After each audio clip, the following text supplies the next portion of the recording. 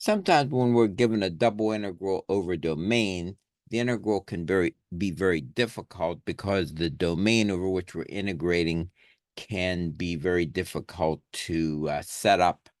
Or sometimes when we do set it up, the integration is very difficult to carry out. So sometimes we want to make a change of variables so that we can make our domain much nicer.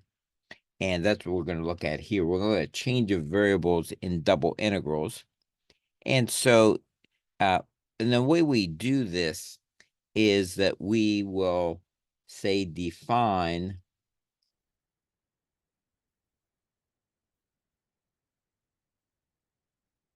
our domain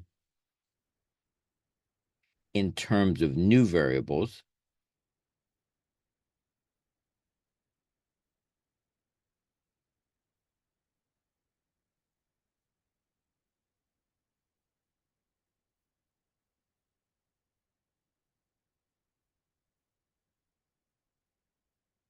Say u and v.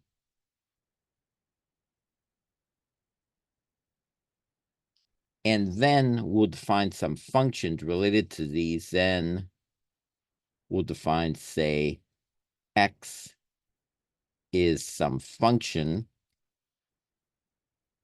Let's call it g1 of u and v. And maybe we have another function, call it y. It's also a function of u and v like this. So we'll kind of work with this new definition, get a function of x in terms of u and v, function of y in terms of u and v. Then we'll find the Jacobian.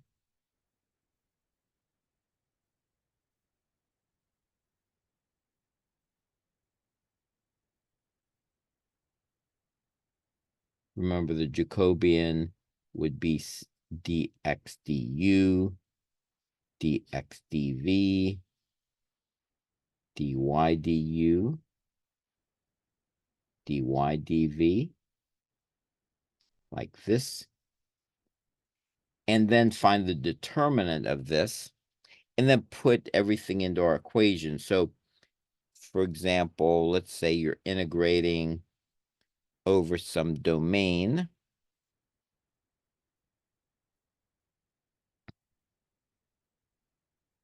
Say some domain D. And then we're going to make this change of variables, and we'll be substituting, let's say, this function and this function in for x and in for y. And let's call that maybe g1 uv, g2 uv. And then we'll multiply this by the Jacobian. This is necessary, or actually, I should say the determinant of the Jacobian. That's it. Whenever we make a change of variables, we always have to include the determinant of the Jacobian, and then du dv, and then we'll be integrating over new bounds. But this is kind of the general setup. After we find the Jacobian, find the determinant, put it in here, substitute your new functions in for x and y, and go from there. So we'll look at some different examples. Rather than start with a real general case, we'll look at some specific examples. One we'll be looking at is the case when we have a parallelogram. For a parallelogram, we can often come up with a recipe to assign these new variables. And we'll do that next. So we're going to look at change of variables for a specific case for which the domain is a parallelogram. And to remember, for a parallelogram, these two sides are parallel to each other. and these two sides are parallel. Again, and this could be anywhere on the XY plane, and I'm just sort of showing them here, but the main point is that this is parallel to this, and this side is parallel to this side. Now, for the parallel sides, they could have much the same form. So, for example, we could write this side over here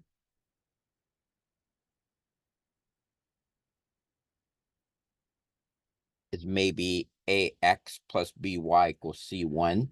Then, since this side is parallel, we could also rearrange the equation so it's ax plus by, but the constant would be different, say c2. So if two lines are parallel, you could rearrange them in such a way that the constant on x and the constant on y would be the same. And same thing with the other two sides. We could maybe write this side over here as, say, cx plus dy, and we could maybe call this c3. I don't know if that's 3 is clear.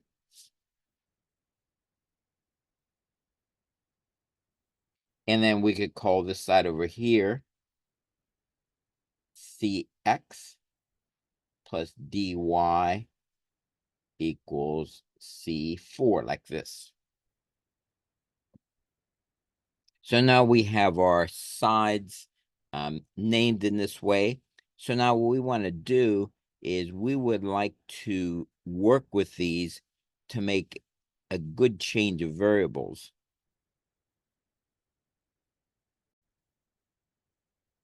So let me just organize those equations for these sides. So let me write these down.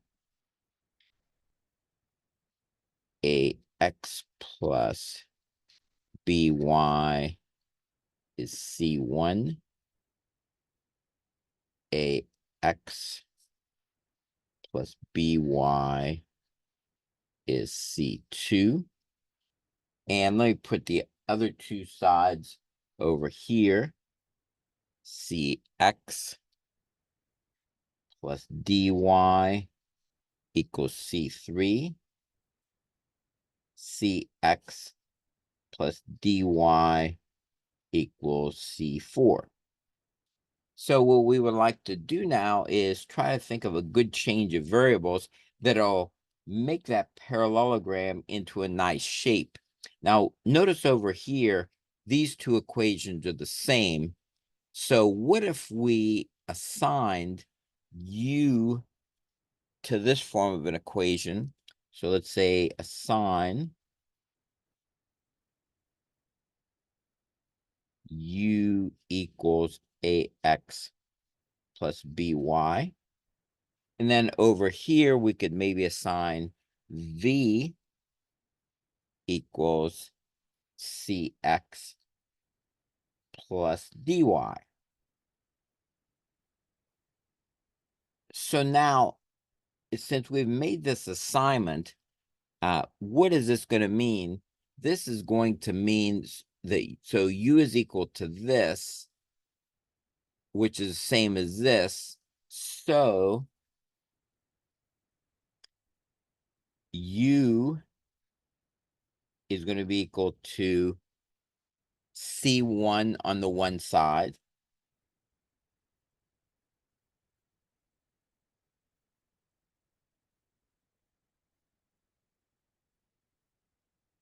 and it's going to be equal to c2 on the other, and v is going to be equal to c3, and v is equal to c4.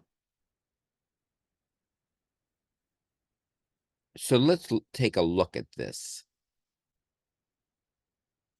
So let me plot these now. Again, I don't know what these values C1, C2, C3, and C4 are. If we had an actual parallelogram, we would have these. And we'll do some examples in which we do have those.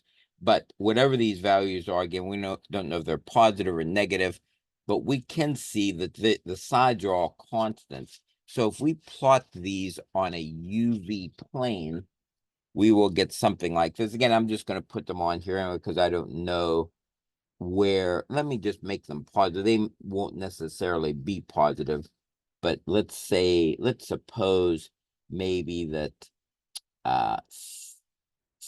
C1 is positive, and then C2 is over here. And then let's say maybe C3 was negative. And again, I don't know, depending on what the problem is, these may be positive or negative. And let's say C4 is positive.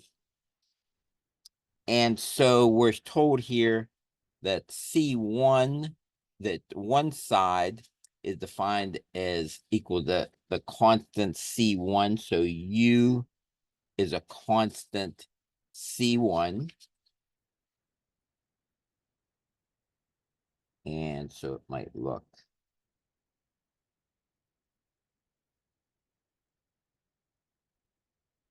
something like this. And U is also a constant C2. That gives us a couple of sides.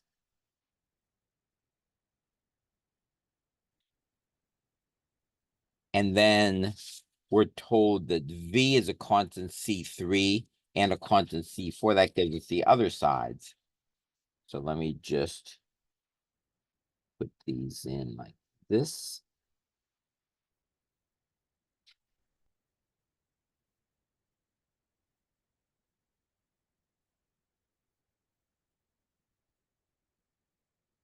And you can see our enclosed area there. In fact, we could actually take off the rest of this here. So if we use this transformation,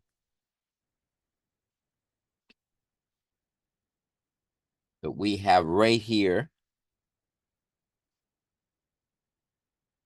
we have that this side is equal to C1.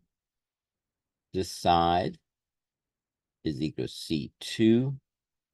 This side, V equals C3. And V equals C4. See, so our change of variables made our domain very, very nice. It's now just a nice not a parallelogram, but not only that, but it's actually a rectangle, which is really easy to integrate over.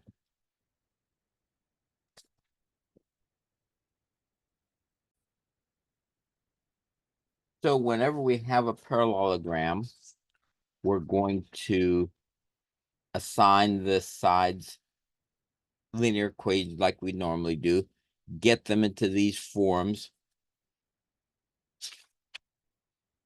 organize them this way, and then assign our new variables just like this. And then we have a nice rectangle for our new variables. So next, let's do an example. So let's take a look at this example. We're asked to evaluate this integral over a domain, and the domain is a parallelogram that has vertices -8, 8, 1, 6, -5, -3, and 4, -5. And again, we would have to do this integral up here. So let's take a look at this. The first thing we want to do is to draw the parallelogram. It's not absolutely necessary, but I think it helps a lot if we can draw it and see what we're dealing with. And so that's what I did right here. I drew the vertices -8, 8, 1, 6, -5, -3, and 4, -5. And so the next thing we want to do is find the equations of the parallel sides. So we'll do that next. And first we can find like the slope. Again, let me deal with this line right here first. I'll call that line 1. And we want to find the slope of line 1. And then so when we do the slope, you can start with 1 point, go to the next. Let me consider this kind of our first point. So we want to go from here, from this point to this point. So let's see what the slope is. So the slope is going to begin, remember it's rise over run. And so it's going to be the difference in the y values divided by the difference in the x values.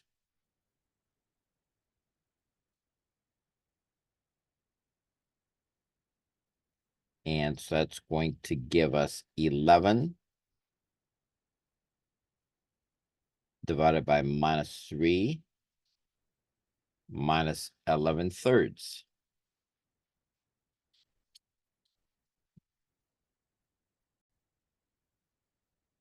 Again, let me call this line 1. And so the next thing we want to do is find the equation of the line.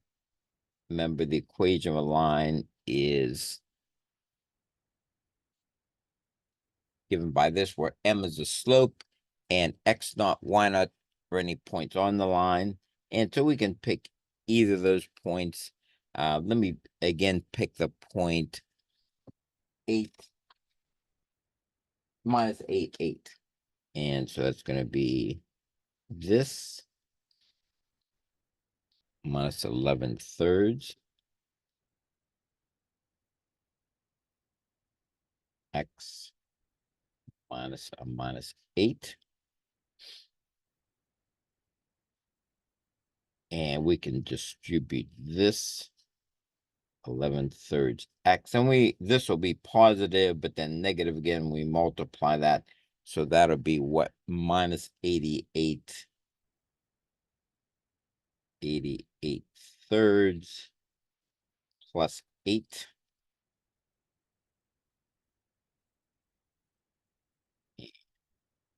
That's going to be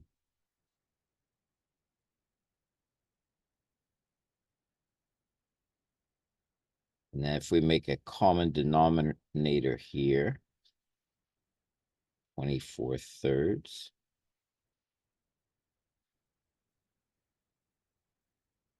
And let's see, if we combine these two, that's going to be minus 64 thirds.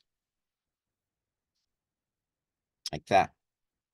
And we want to put it into the form that we were talking about before. We have like x and y's on one side.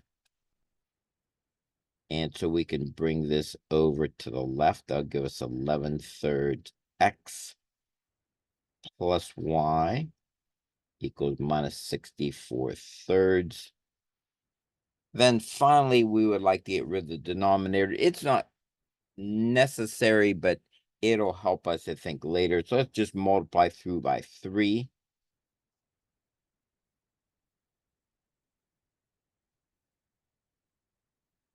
And there's the equation for our first line. And next, let's find the equation of the parallel line there. And we'll actually calculate the slope again, even though it should be the same. We want to maybe have a double check, be sure we didn't mess anything up.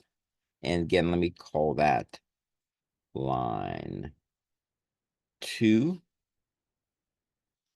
And as before, we'll do the slope, rise over run. And I'll call, maybe I'll figure I'm going from this point to that point. So let's do the slope. Again, you could do these in any order. You get this, as long as you do them correctly, you'll get the correct answer. So that means we'll have 6 minus a minus 5 divided by 1 minus 4, 11 over minus 3. So we got the same slope as we did before, so that's a good sign, because we were told it was a parallelogram, so those two sides should have had the same slope. And again, use our equation. And again, we could put in this point or this point. I'll put in this point.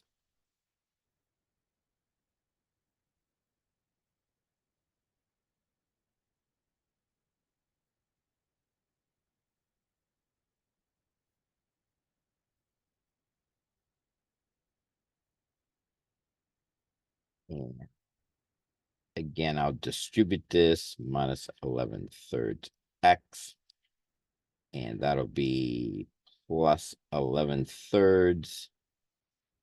And if we bring the 6 over from the other side, we'll get this. And if we make a common denominator,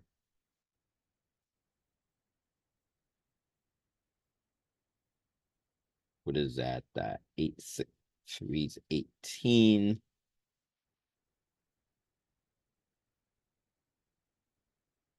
And then what is that? 29. So there's the equation of our line. But again, we want to get x's and y's on one side. So let me do that again. Plus y equals 29/3. And then finally, let's multiply by 3 to make everything nice. And again, notice one thing good. We got the same left-hand side as we did before. So it's encouraging. We're on the right track. So next, let's look at one of the other lines.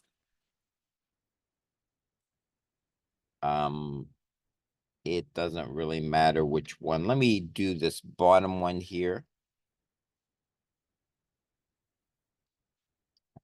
Line 3.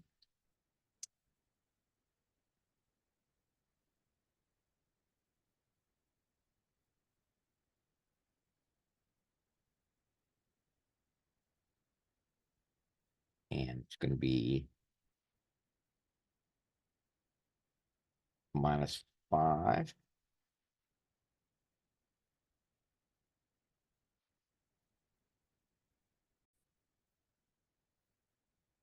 So minus 5 minus a minus 3.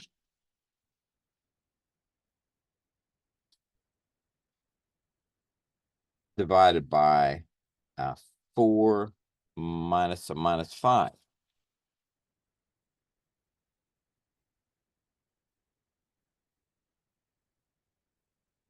That's going to give us minus 2/9, like this. And again, we'll use our same equation.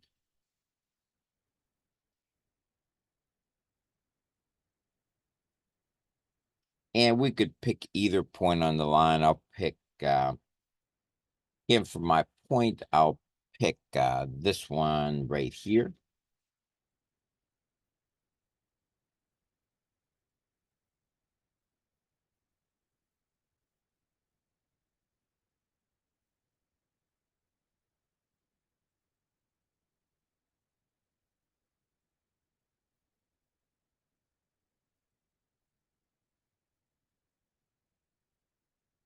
And again, if we distribute that,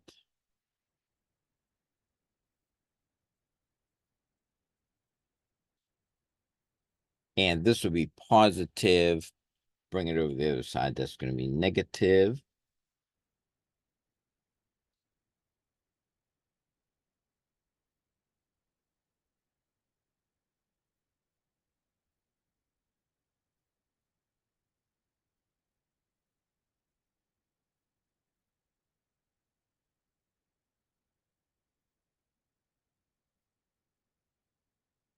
And put those two together. What is that? Minus 37/9. And once again, bring x's and y's to the left.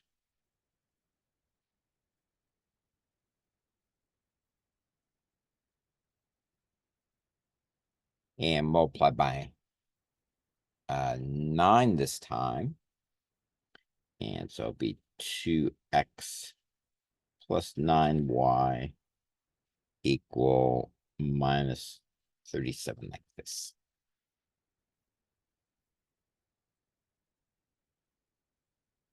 And moving right along, let's do the next line. This is parallel that one.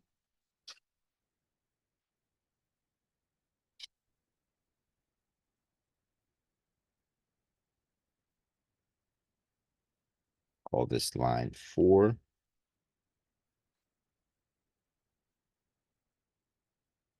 And let's go from here to here. 6 minus 8. 1 minus a minus 8. Minus 2 over 9. We same slope we got before, which is good.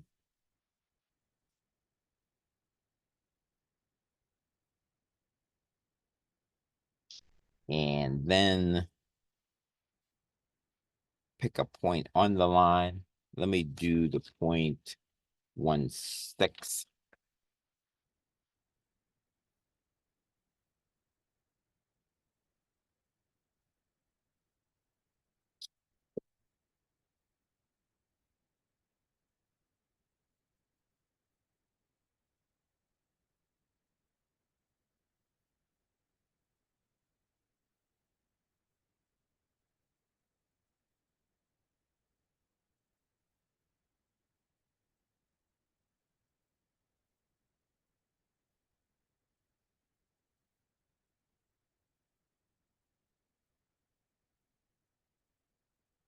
Make a common denominator.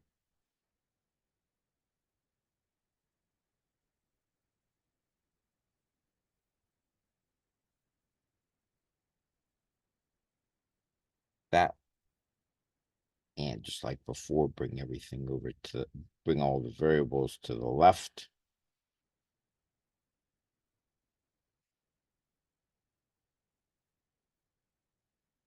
And we'll multiply by 9 again.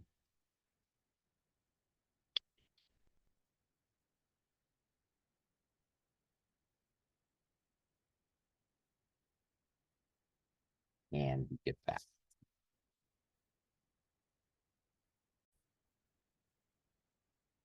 And once again, the left side's matched, which is encouraging.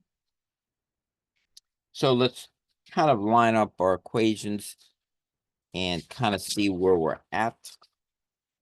So let's write all of our equations down.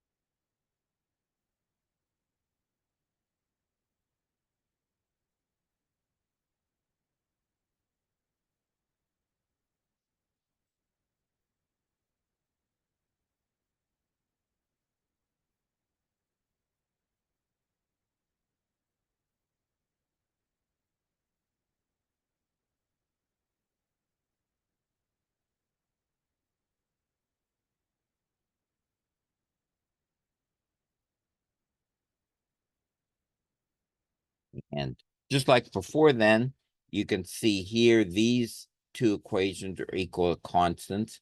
These two equations equal to constants, and they're the same equations. So we can assign u equal to the 11x plus 3y, and v is equal to the 2x plus 9y like this. And then our lines are going to be u equal minus 64 and u equal to 29, v equal minus 37, and v equal to 56 like this.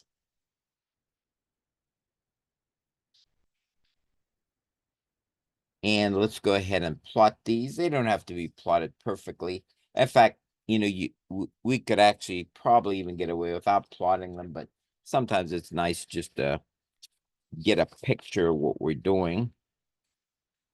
And so it's going to be a rectangle like this with u and v like this. So you can see that that's going to be a nice domain to integrate over. Now, when we make our change of variables, we're going to have to have x and y in terms of u and v. So we're going to have to take these equations that we have assigned, and let me write them down again here so we can have them in front of us. We have assigned u equal to 11x plus 3y. In fact, let me write this the other way.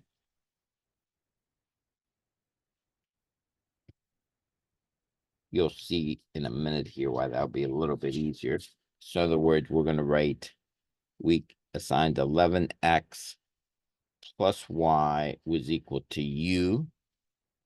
And then we also said that 2x plus 9y was equal to v. Those were the two equations we assigned a minute ago. So now we want to solve for x and y.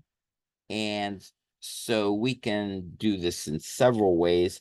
Let's eliminate the y first, because that's going to be a little bit easier. You can see if we multiply this equation by -3,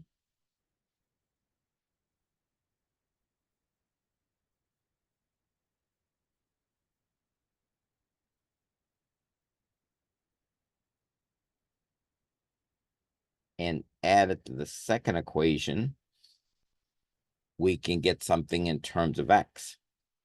So let's do that. So this is going to be -31x equal minus 3u plus v like this.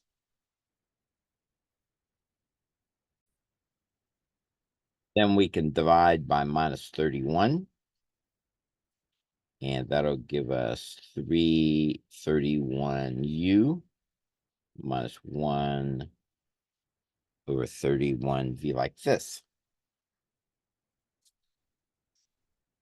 So we want to do the same thing. We want to solve for y as well. So let's go. This is going to be take a little bit more manipulation. So if we start with these here, and let's see, to eliminate x, we'll probably have to multiply this one by 2.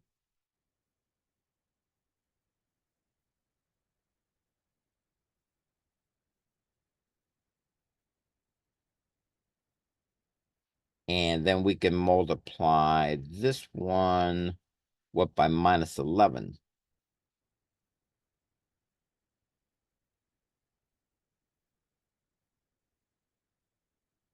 And what's that going to make it? -99.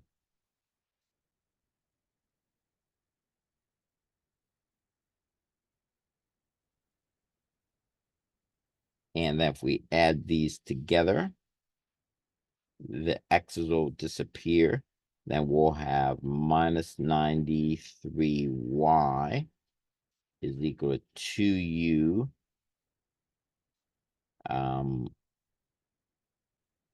minus 11v. Then if we divide by minus 93, we'll get minus 2 over 93u, and then 11 over 93v, like this.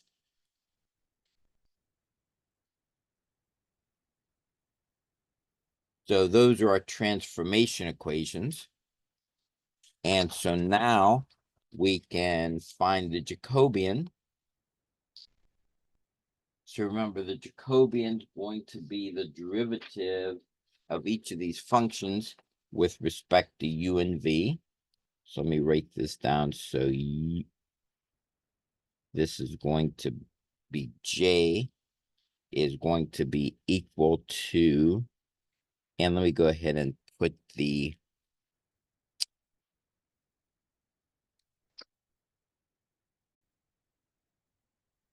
now in our equation, we actually want the determinant of the Jacobian. So let me write it that way. So again, remember the Jacobian will be dx du, dx dv, dy du, dy dv, and then go back to our equations over here. dxu is 331.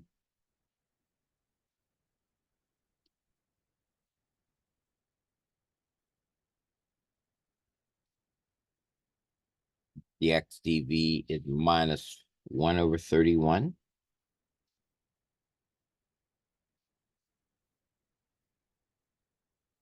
dy du is minus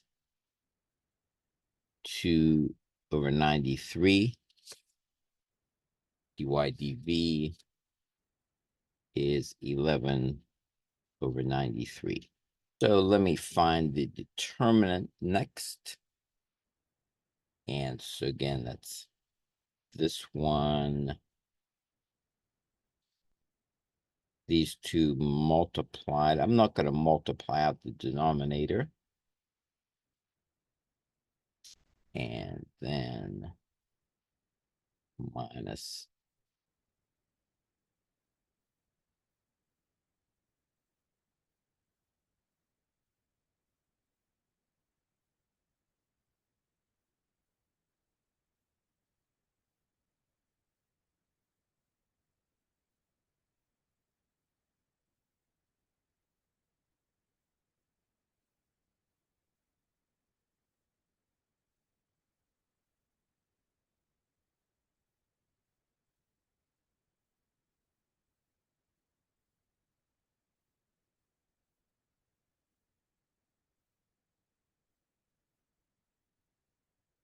And that's going to be 33 minus 2, so it's going to be 31.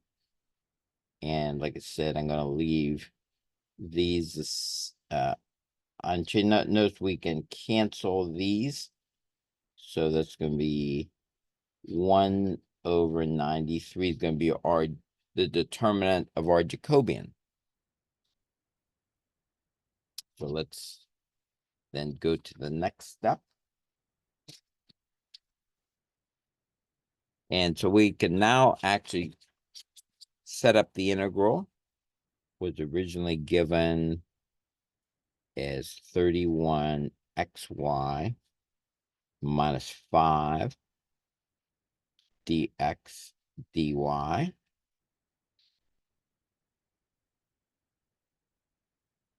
And now we're going to do the substitutions. So let's substitute our equations for x and y.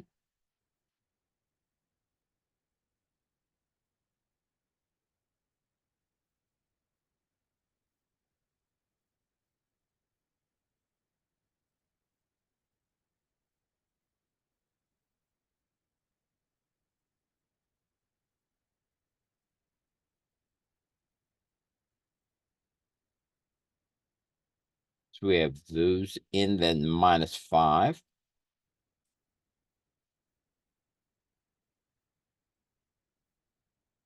And so we've got that, got that, got that. And then our Jacobian.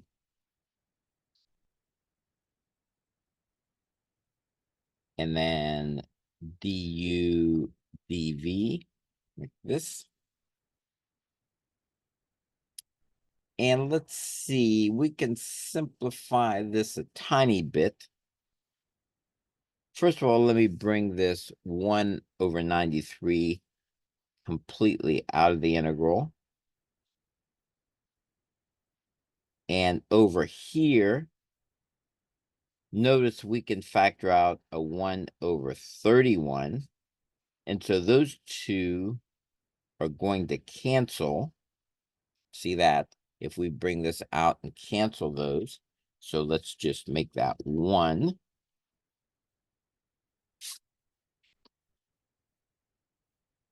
And we'll be left with 3u minus v. And then we can also factor out 1/93 here. And let me put that in the front, and minus 5 du dv, like this.